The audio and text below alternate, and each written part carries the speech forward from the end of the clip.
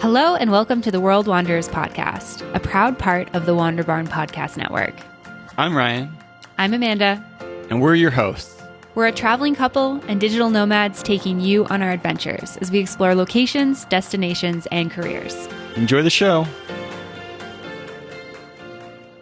Hello and welcome to another episode of the World Wanderers podcast. Today on the podcast, we are super excited to be joined by Stephanie and Gillian from Our Freedom Years.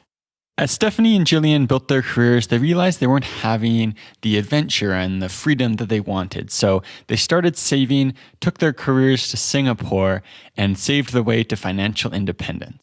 Now they're traveling Europe with their 2 dogs. And so we were excited to chat with them about financial independence, savings, living in Singapore and using that as a base to travel, and of course, how the pandemic has affected their travel. They were in Italy at the start, returned to Canada, and recently made their way over to Greece. So we talk about what that experience has been like so far in Europe over the past couple weeks since they returned. Yeah, and for us, it was super inspiring to talk to some fellow Canadians who are on the road again. And while Stephanie and Gillian aren't traveling per se, they are nomadic again. And so they're back in Europe just where they left off 5 months ago when this all started, or 6 months ago, I guess, at this point. And it was really inspiring to hear what things are like over in Greece, how their travels were from Toronto over to Greece, what their plans are for the rest of 2020, and so much more. And one more thing, as you heard in the intro to the show, The World Wanderers is part of the Wander Barn Podcast Network, which is a group of independent podcasts, starting with the ones we're working on, like The World Wanderers, Amanda's Mastering the Business of Yoga. And we're really excited about a new show, 2 independent podcasters that we're working with on the show, People Talking People. Yeah, and People Talking People is exactly what it sounds. It is 2 people talking about people. It is hosted by Randall and Hill and Jennifer Maynard, and we are beyond excited to have them be a part of the Wander Barn Podcast Network. And they have nearly 10 episodes out already on all sorts of topics around the topic of people. So they introduce themselves, they talk about what makes somebody worthy of following, they talk about leadership skills, career transitions, entrepreneurship, delegation, and a little bit about this crazy year as 2 entrepreneurs coming together to create this podcast. People Talking People is a really fun podcast. It is super conversational, and we would love for you to go check it out. So you can head on over to wanderbarn.com/podcast/People Talking People or wanderbarn.com and find People Talking People there. You can also find it on Spotify or all major podcast platforms. We hope you enjoy it, and definitely let us know if you check out some of the other shows in the Wander Barn Network. All right, now on to the episode with Stephanie and Gillian. Welcome to the podcast today, Stephanie and Gillian. We're really excited to have you here with us. Yeah, thanks so much for having us today. Yeah, absolutely. And where are you joining us from today?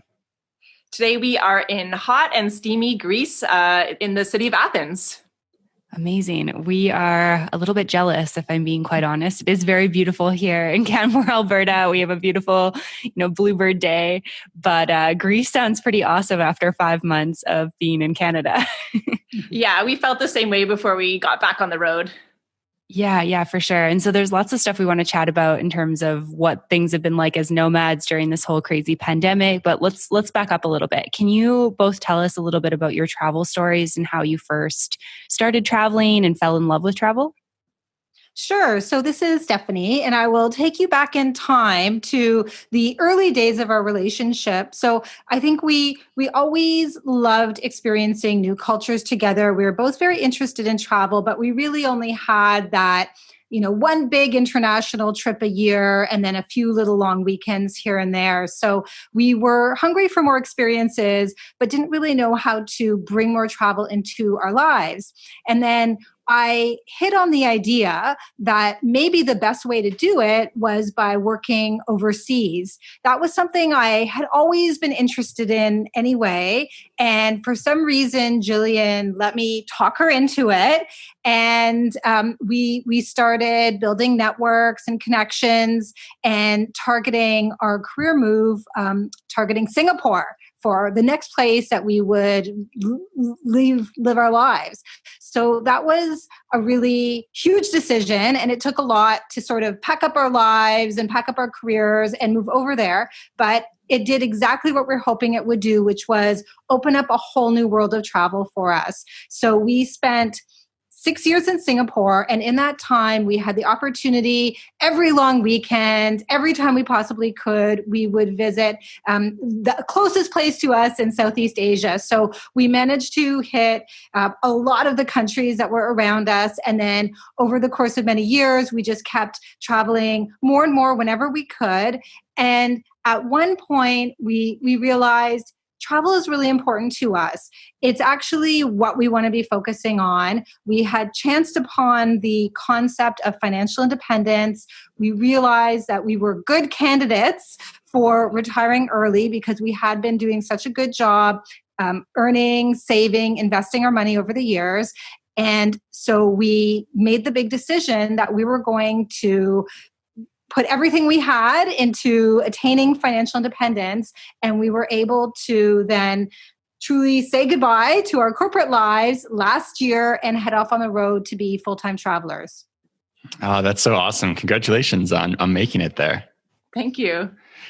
So lots of stuff I want to follow up on there. First on Singapore, what were you guys doing for work kind of prior to that move? And was it something that seemed like really obvious and straightforward in terms of taking it internationally?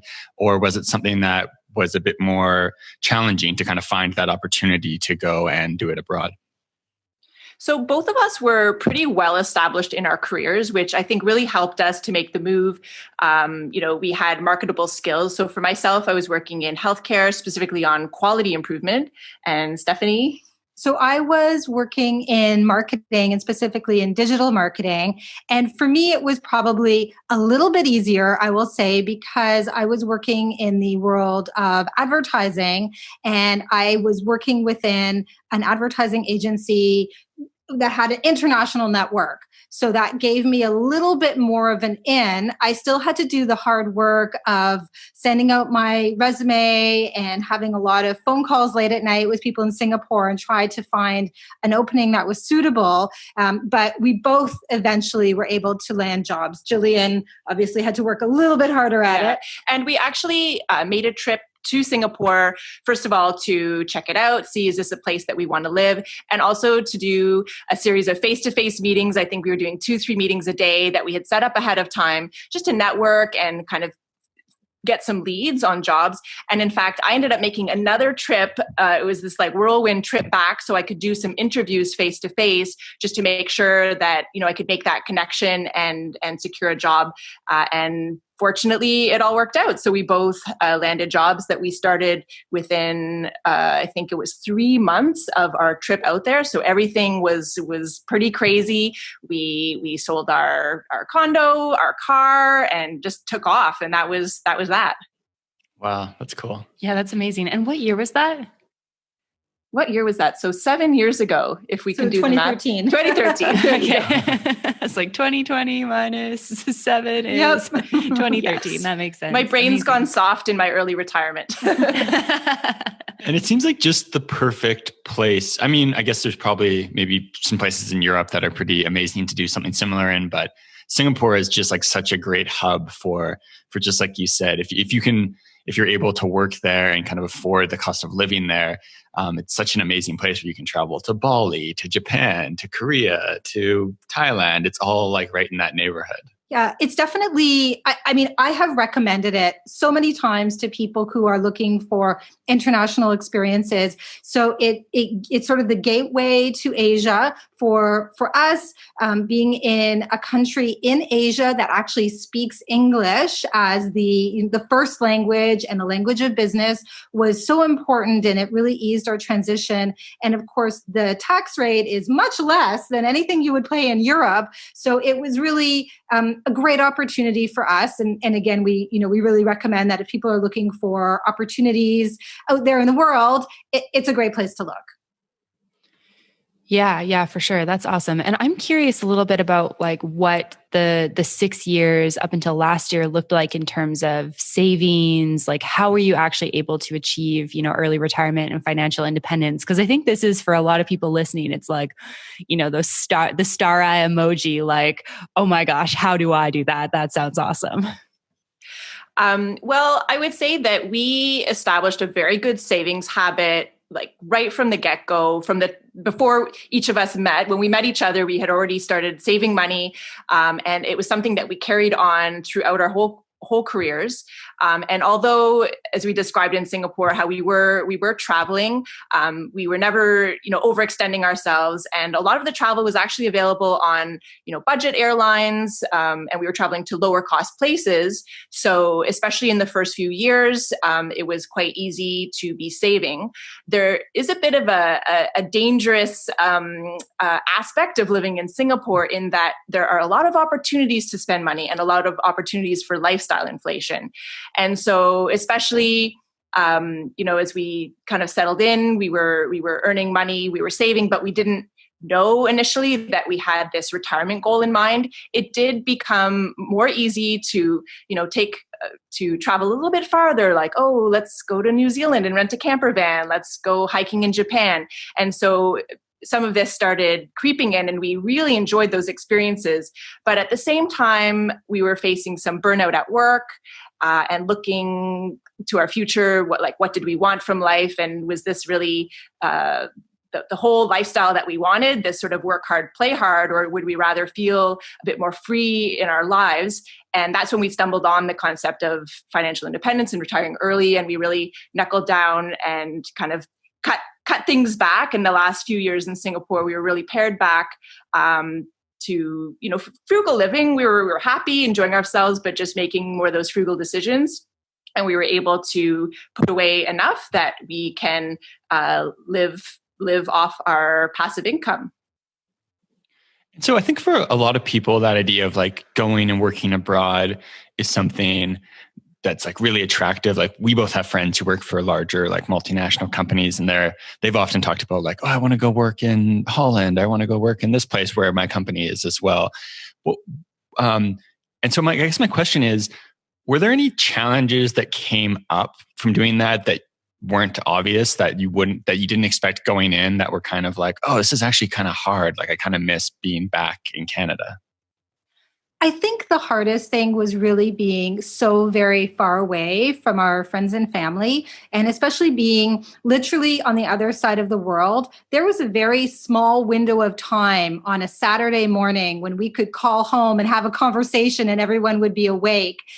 So that distance, it was a little bit challenging, but the upsides were so many. And even with our friends and family, we had the opportunity to have them all come out at different times over those years, and they had never considered, having a trip in Asia. So we were opening up their lives to travel. And then for us, there, in terms of any challenges otherwise that we encountered, I would say that it was so much better than anything we could have pictured.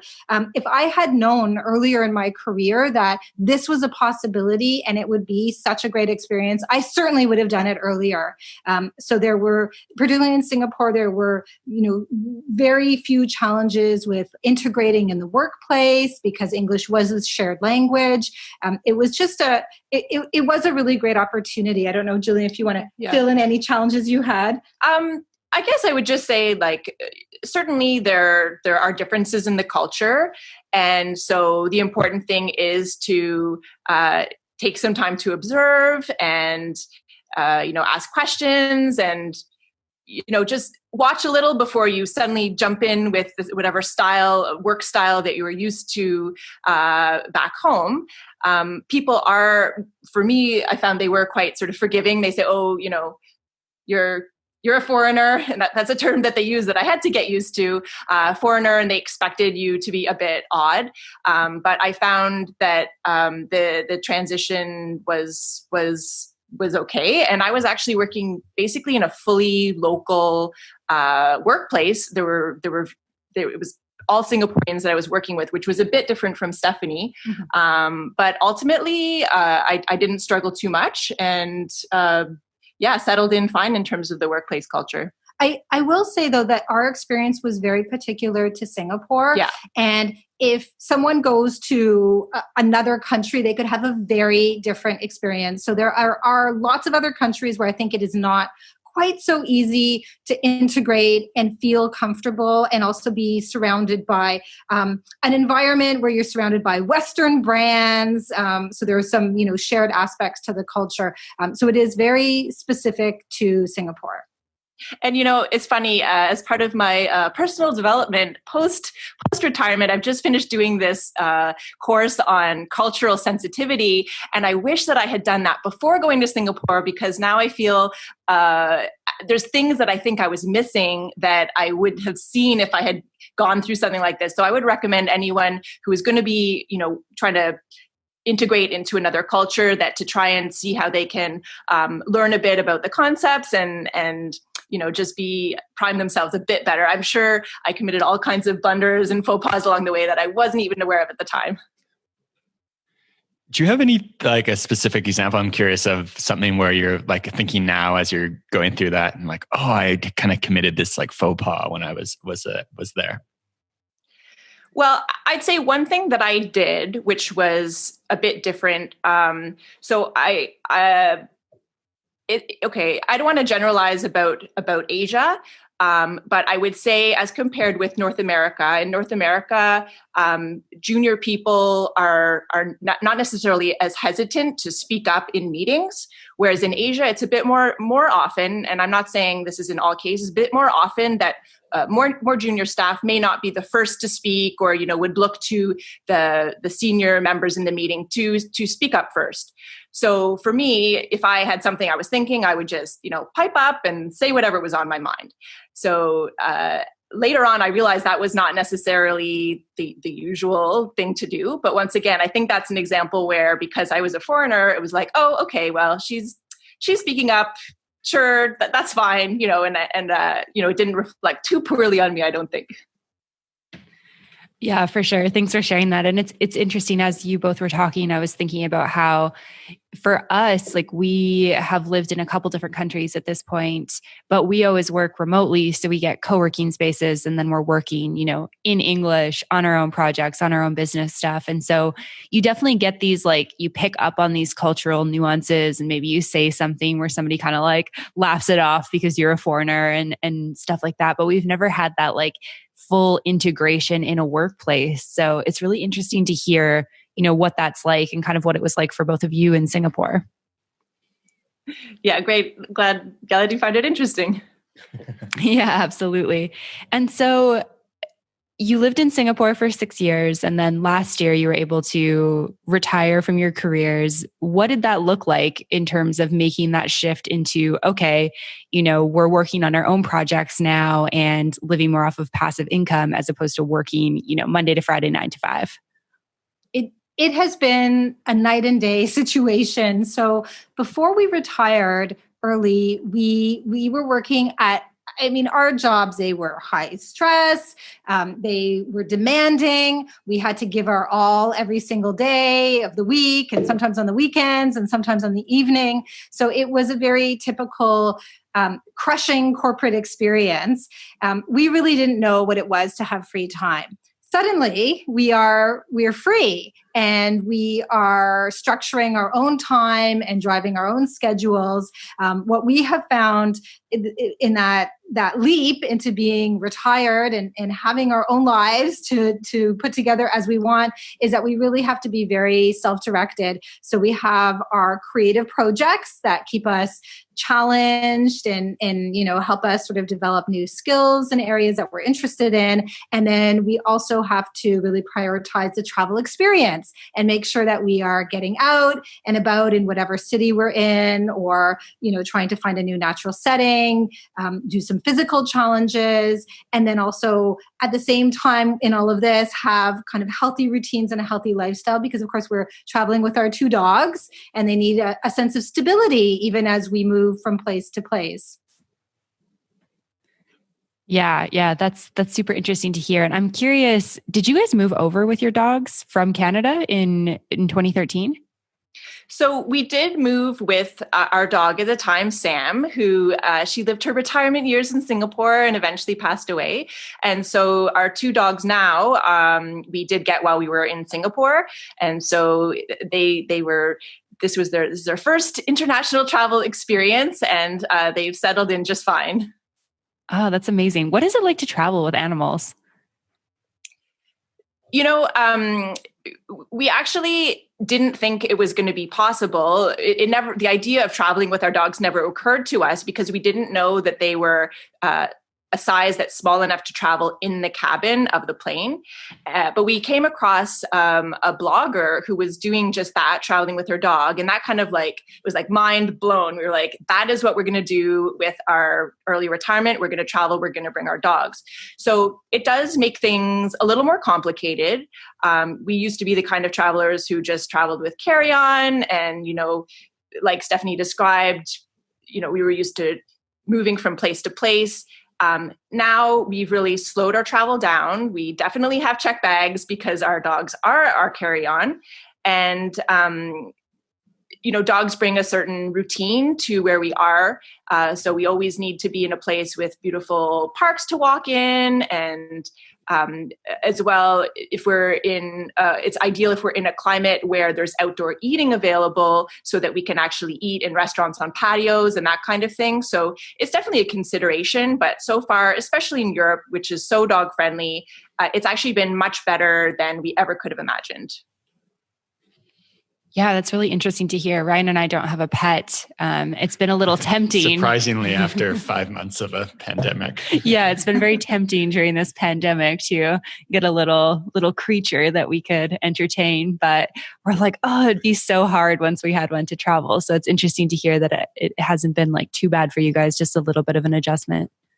Yeah, I will stress it is complicated. So it just adds a lot of planning to the process. You can't just jump on any old plane or, book to go in any old Airbnb. We have to do a lot of advanced research to make sure the plane will take the dog and the Airbnb will take the dog. And sometimes it becomes a little bit more expensive to cart them around. But the payoff is amazing. So to have, your own pets there in your Airbnb at the end of a busy day and to be able to feel like you're at home, even when you're in some far-flung place in the planet, it's really wonderful. So we love it. And we're so glad that we have them along.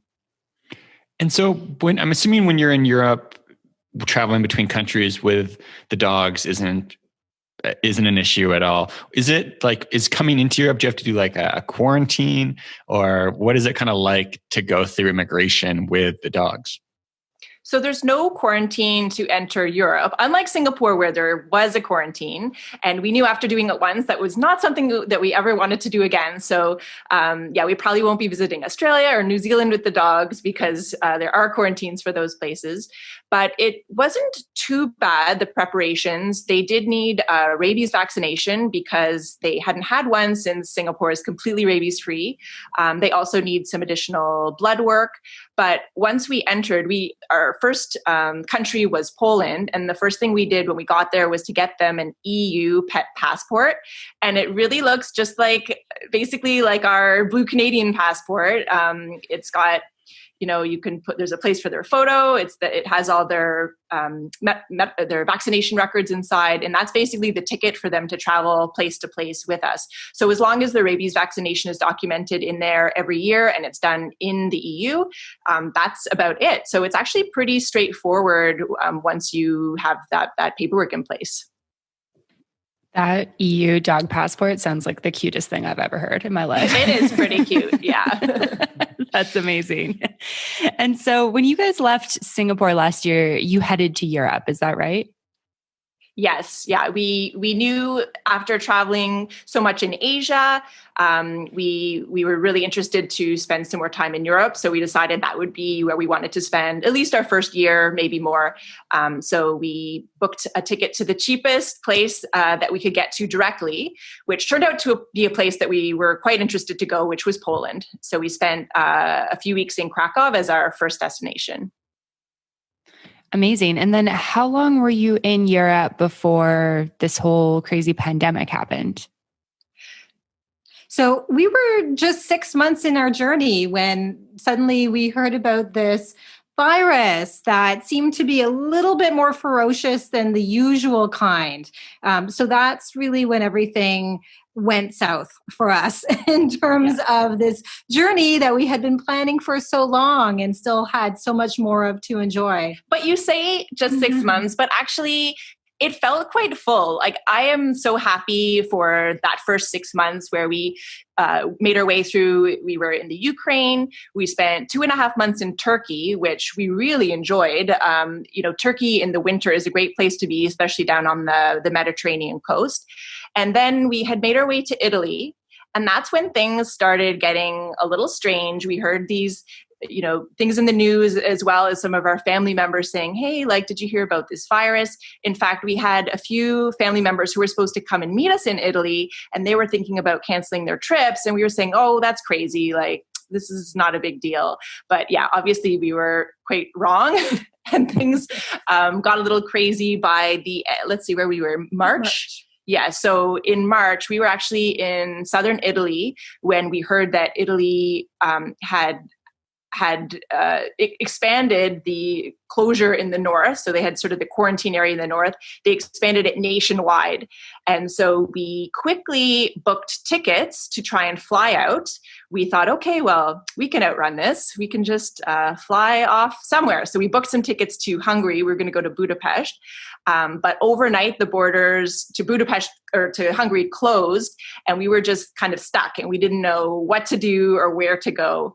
We really got quite caught up at that moment. Fortunately, I have a friend who has a holiday home in Lake Como, and in the middle of the night, it was daytime in Canada. So in the middle of the night, I called him. I said, hey, how's it going? Trying to play it casual and cool. There we were, in the middle of the night, in our pajamas in a hotel room. Hey, don't suppose your place is available that we might be able to stop by? Well, he was so nice. He said, head there tomorrow. Here's how you can let yourselves in. And we actually managed to stay there for a month until our Schengen visa was going to be up. And that's when we figured, okay, we really can't go anywhere from here. It's time to head back to Canada. Okay. That's pretty crazy. So you guys spent a month in Lake Como kind of in March. Is that right? Yes, that's correct. And it was a really beautiful time to be there. And it was a beautiful place to be, but it was a little bit spooky. So while we were enjoying the most wonderful views out of a gorgeous apartment that we had ever seen, we also heard a lot of sirens going on. So Lake Como is in northern Italy, and it was actually in the epicenter of the outbreak in Italy. So it was part of the Lombardy region. So in fact, the quarantine was extremely strict there. No one was ever out, ever. The only time we would see other human beings was when we went to get groceries. So it was quite a serious situation. So even though we found it to be a sanctuary, we found it to be very pleasant, we knew our time there was pretty limited. And we quickly started to look at what plans we could possibly make, how we could possibly go back to Canada, which was a place we hadn't been to in so many years in terms of being residents there.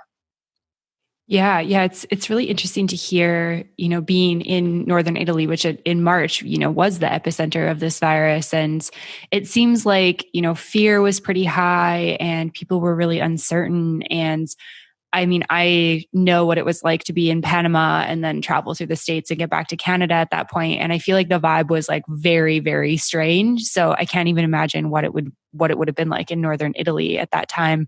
Can you talk a little bit about I guess the difference between being in this kind of sanctuary, seeing the lake, and then going on the streets to get groceries? Were people kind of scared and kind of panicked, or what was it like?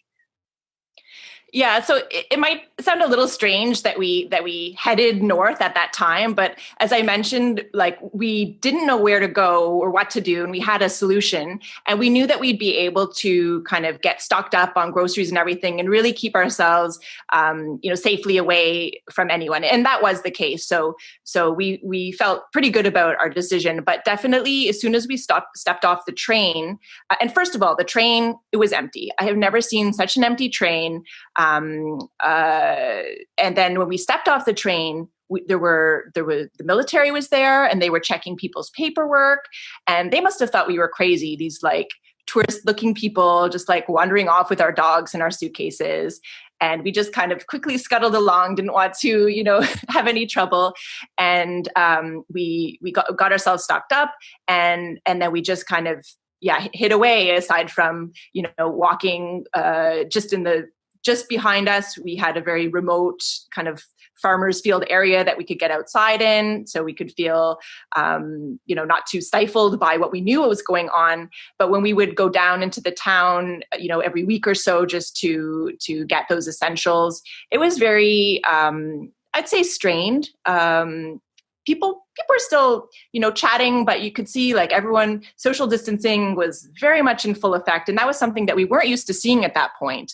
So that was strange. People were wearing masks. At some point when we were there, that was when the wearing like face coverings or a mask first came in as a mandatory practice. So to go into the store, we definitely needed that. And we didn't actually have anything. And I managed to like make some out of things found around the house, which was a bit of a fun activity. But it was a very strange situation for sure. Yes, it was just, we felt very isolated, very far away from our family.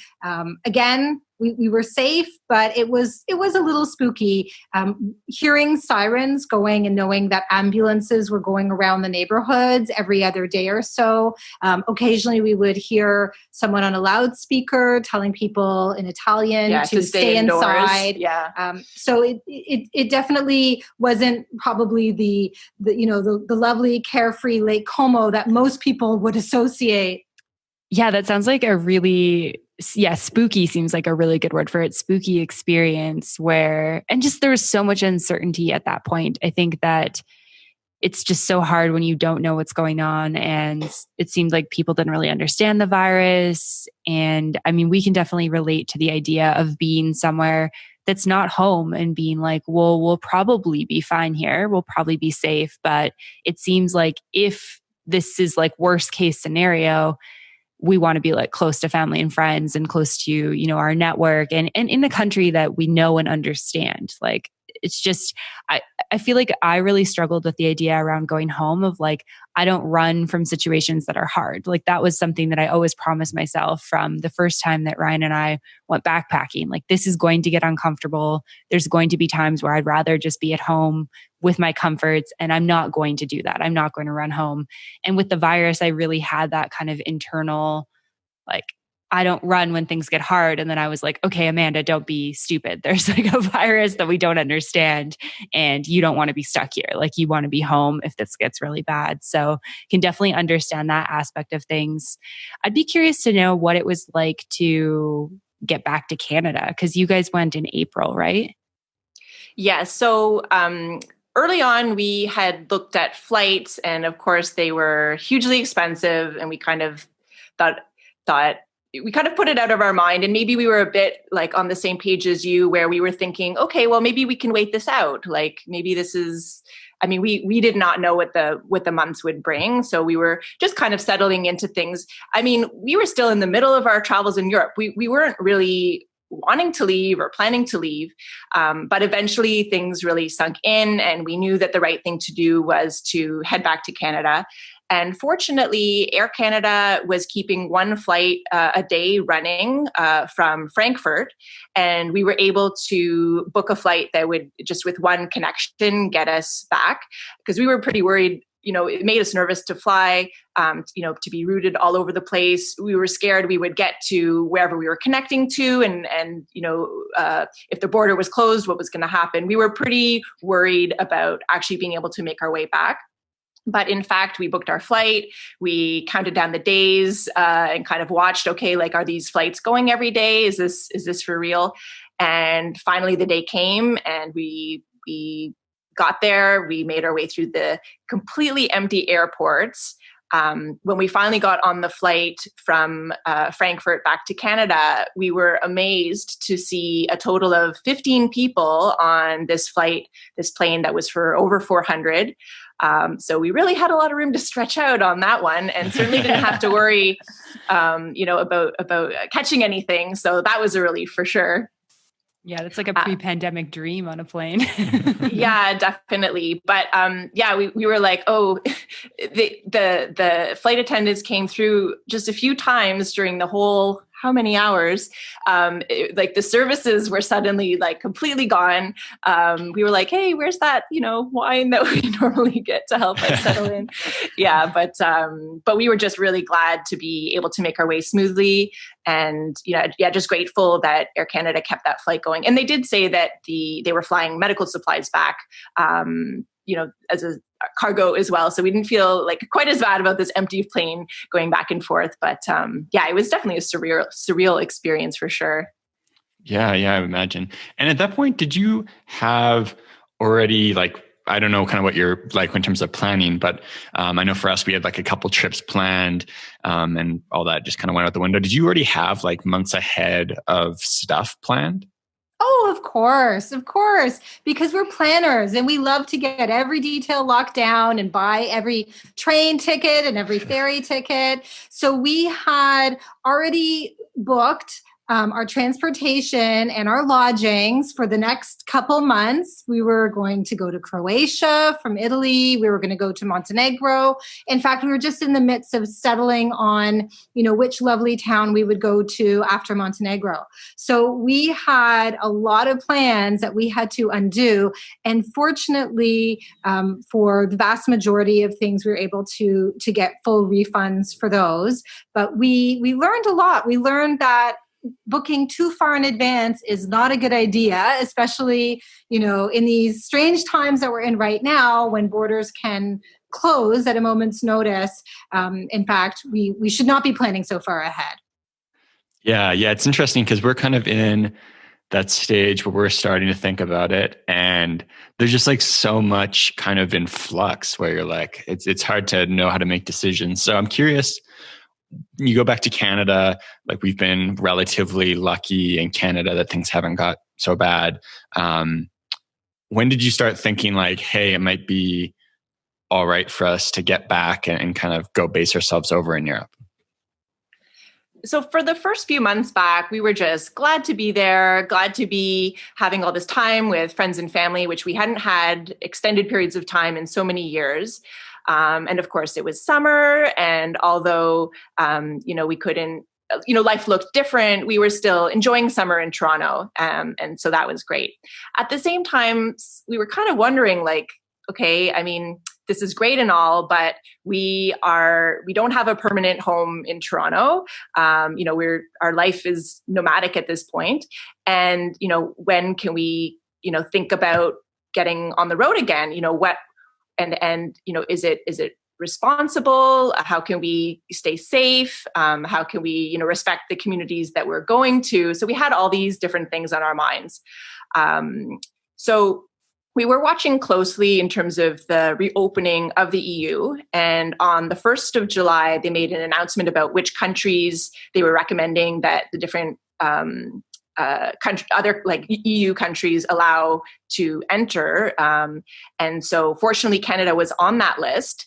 And so we knew at that point, basically we had a few options for where to fly to, and Greece was one of the options. And we thought it looked like a great choice because first of all, it was somewhere that we were interested to come back to. We had been here for a short trip some years ago, but we're interested to see more. And also it being close to the Balkans, which we were hoping still to eventually make our way to see as, according to our original plan. So it just seemed like the perfect fit, and we decided to make the move. We knew that Greece had very low COVID rates, and we thought with our slow travel lifestyle that we could still keep up the same healthy practices, safe practices that we had in Toronto, just in a new location. So that's what we did. Yeah. And how have things been since you have been over there? I think you arrived a couple weeks ago at this point at the time of recording. Is that right? That's right. So we basically arrived on August 1st. So we have been enjoying life in Athens since then. And it's been quite interesting.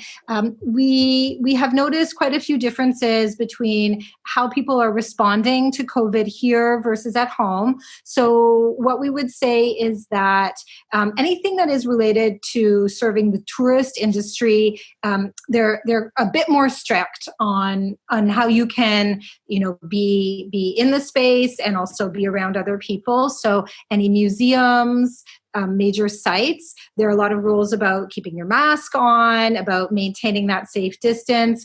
Certainly some of the fancier stores in the sort of pedestrian shopping area, they're counting the number of people that come in. They're making sure everyone is wearing masks and keeping a safe distance. So I think that's what a tourist would mainly see. Just in the kind of regular life here, people did get the message about wearing masks, certainly inside places like public transit where it's mandatory and enforced, and also within stores. But no one got the message about social distancing. So that is something that we have been navigating around.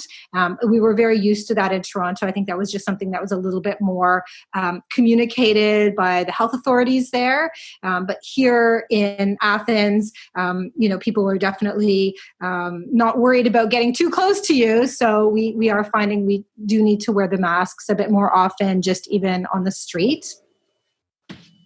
Yeah, that's interesting to hear. It's actually kind of funny that you bring that up because we just had a bylaw passed here in Canmore for masks, I think the first week in August. And I've noticed that since that bylaw passed, it's just for indoor spaces. Like, I feel like people are kind of forgetting about distancing. Like now I go to the grocery store and I feel like people don't like kind of make like a loop around you if they want to pass you. They just like walk by you because there's masks. So it is kind of it is interesting to hear that, just the way that people think a little bit differently. And I think also probably like case numbers really impact how people kind of navigate how they act with the virus. Yeah, I think so, because I think these many months later here, I think people here would have been quick to react. Like Greece closed its borders very soon after Italy, but months go by, and so people get used to wearing the masks, but then they kind of forget about the rest, or maybe like Stephanie said, maybe the word never really got around. But I agree with what you said in terms of sometimes people feeling like, oh, the mask is going to protect me, but really like we all need to still keep our social distancing. And so that's something that we keep in mind. And there are times when we cross the street to avoid crowds, or, it's something we definitely have to adjust our behaviors just to make sure we feel that we're keeping safe. The other notable thing about being here in Athens is how few tourists are here. So I think, as one might expect, just the tourist numbers are quite low given, so few people are traveling right now. So we have had the luxury of having some of these incredible sites almost all to ourselves. So it's really, it's once in a lifetime kind of experience to be at the Acropolis, to be looking at the Parthenon, and having so few people around. So I think that's been one of the small joys out of this whole thing. But otherwise, yeah, it seems like the, life in Athens is going on, but without the crowds that you would normally expect. Yeah, I was just thinking about that. I know when we went to the Acropolis specifically, but kind of everywhere, it was kind of, because especially there's normally so many like cruise ships going through that area. So it's busy. And then occasionally you just like walk into like what seems like a mosh pit or something of like 600 people from a cruise ship. So it's pretty amazing to see some of those sites with like space and time and not feel rushed. Yeah. I thought there would still be some people there, so I made sure to get there right at opening. I didn't get there quite as early as I hoped, and I was like, oh, there's going to be like a lineup to go in. Okay, there were 3 people ahead of me in line when I arrived, only 5 minutes before opening, and the crowd, like even when I left, an hour and a half later, it was still like practically empty. There was really just a handful of people. So yeah, a unique opportunity for sure. And so are you guys planning on just hunkering down in Athens for a while, or are you planning on going to like an island, or what's kind of the future look like from there?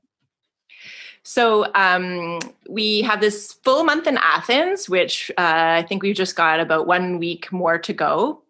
And then we were debating between heading to an island. We had been to Crete before, which was just beautiful, or whether we wanted to explore somewhere else on the mainland. And we ended up deciding, because we love hiking, we are headed up to an area, we're headed to a town called Yanina that also has some great hiking between little villages in the more mountainous area. And so we're going to be doing that and kind of spending our time around there for the month of September. Wow, that sounds amazing. Ryan just pulled it up on a map so that we can actually see where you're going to go, because we've never been to that area of Greece.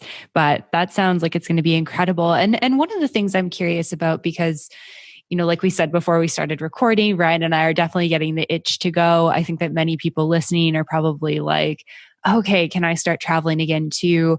What's kind of been like, I guess, the response from the local people? Like, is anyone like, why are you here? Or is it very welcoming? Like, what's just kind of the vibe that you got traveling from Canada to Greece and being in Greece over the last couple of weeks?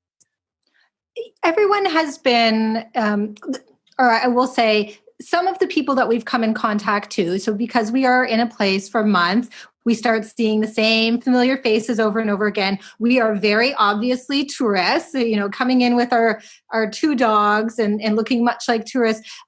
But the people who see us time and time again, they definitely, they warm up to us. They say hello to us every morning. So that's been quite nice. I find often if you are in a big city like Athens, it's hard to have those sort of smaller, more intimate moments with locals, but we are getting a few of them. And I think we'll see a little bit more of that when we are in the small center of Yanina.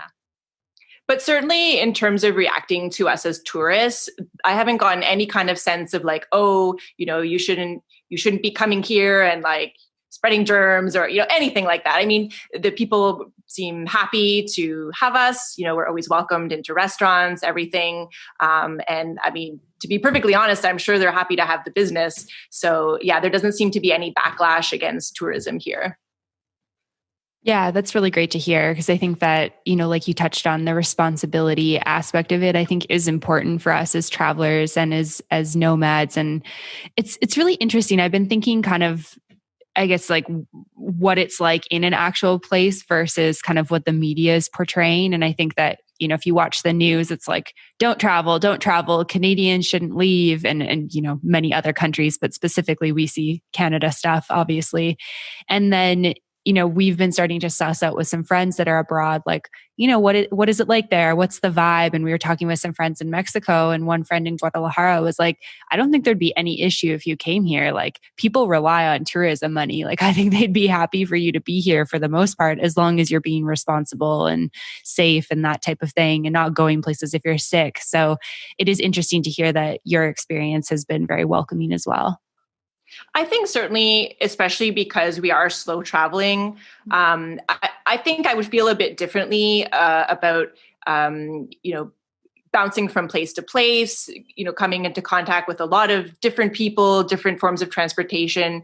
I mean, I actually thought it would be the whole coming over here. I thought it might feel like strange, or I don't know. I guess I wasn't sure what to expect, but really, like, we're following the same safe practices that we were in Toronto. We're just now in a different city doing it. So in the end, it was actually not as big a deal as I expected, particularly in light of the way that we do travel. Yeah. And so one thing that I think has been on a lot of people's mind with going back to travel again is travel insurance. And so and maybe you already had the plans and stuff going into it, but did you have to get new travel insurance this time? Were you able to get like coverage for COVID, or what was that all like? So we did actually end up switching our travel insurance during this time. So we were using Safety Wing, which you might be familiar with. And when we we're going back to Canada, there were two reasons at that time why we couldn't continue with that. One was that Safety Wing is a travel medical provider, and so they'll only cover you a limited time in your own home country. So we knew that we were going to be back longer. Plus, we realized that actually at that time they weren't covering COVID-19. And we thought, well, that's not very smart to have a policy that won't cover the thing that is, probably the most likely to happen to us in the next period of time. Now they have actually adjusted their plans to cover it. But we have since moved over to a plan with Cigna, which is more of a traditional kind of expat type policy. So that one, they do cover coronavirus. They never didn't. And so we feel pretty good about the plan that we have in place. Anything to add on that? Yeah, no, it's a question that comes up a lot from people because, of course, insurance is one of those things that you don't really want to spend a lot of time thinking about, but you really have to. So we did quite a big evaluation, and in fact, Gillian was the one that did all the hard work of the research and getting the quotes. So we're comfortable with the plan that we have now, but it was important to get the right one to make sure that it has that flexibility, given that we are traveling full time, but also we were spending some time in the country where we are also citizens. And so before the interview, we were browsing through the YouTube channel. And so everyone should definitely go check out our Freedom Years on YouTube. You guys have so much good content on financial independence and returning to travel again. Is there anywhere else people should go to find and connect with you guys online? Sure. So of course we have our YouTube channel, and we're also very active on Instagram as well. So we post the photos of all the places that we're visiting, and just give updates about our latest topics in video. And then of course we have our blog as well, which is ourfreedomyears.com. Amazing. And last question for you. I'm curious. I know we talked about what's next in terms of Greece. I'm assuming you have kind of 3 months in Europe on the EU visa that Canadians have. Do you guys have any idea of kind of what's to come after that? Any ideas of what you want to do next? Or are you just kind of taking it month by month? We would love to be the kind of people who could be so casual to take it month to month, but we did feel the need to plan out a few next steps. And the reason is because the international situation is changing, pretty regularly. So we wanted to understand from Greece, where could we go next that makes sense? So our next destination, we're very excited about this because it was on our list to begin with, is Croatia. So we're planning to, when we're finished in Greece, we're planning to spend the next 3 months in Croatia. And maybe if I can just add, so I think the key thing is that we have made some plans, but we haven't made any plans that we can't get out of. So everything can be canceled. We've figured out some workarounds how to make all of that happen. So this way we could kind of figure things out and kind of know where we're headed. We found a flight directly from Athens to Dubrovnik, which was not even a place that we thought we would get to because normally it is so overrun with tourists that we didn't even consider that we'd be able to go there. But in fact, we're taking the last flight of the season, and that's why we decided not to stay for a third month in Greece. There's just one last flight at the end of October that we're going to be the end of September that we're going to be able to get to Dubrovnik. And then we don't have it all locked in, but we're thinking of spending the full 3 months in Croatia, since it is the coast is actually one of the warmer places to be in the Balkans as we head into the winter. Awesome. Yeah, that sounds amazing. We are very excited to follow along your journeys over the next couple of months, and hopefully we'll be able to get back on the road soon too. And Stephanie and Gillian, this has been really amazing. Your story is super inspiring. We're so grateful to chat with you, and we hope that your travels continue to be amazing. Yeah, thanks so much for having us. It was great to connect with you, and we'll definitely stay tuned to see when you guys hit the road as well. Amazing. Thank you. Thank you. Thank you. Thanks for listening to this episode. If you want more, make sure to check out the World Wanderers Insider, available on Patreon at patreon.com/theworldwanderers. For show notes, head over to theworldwanderers.com. Find us on social media at The World Wanderers Podcast, and join the private Facebook community at World Wanderers, a community for travelers. You can always get in touch with us at info@theworldwanderers.com. And if you enjoyed the show, don't forget to subscribe and leave a review. It really helps us find new listeners.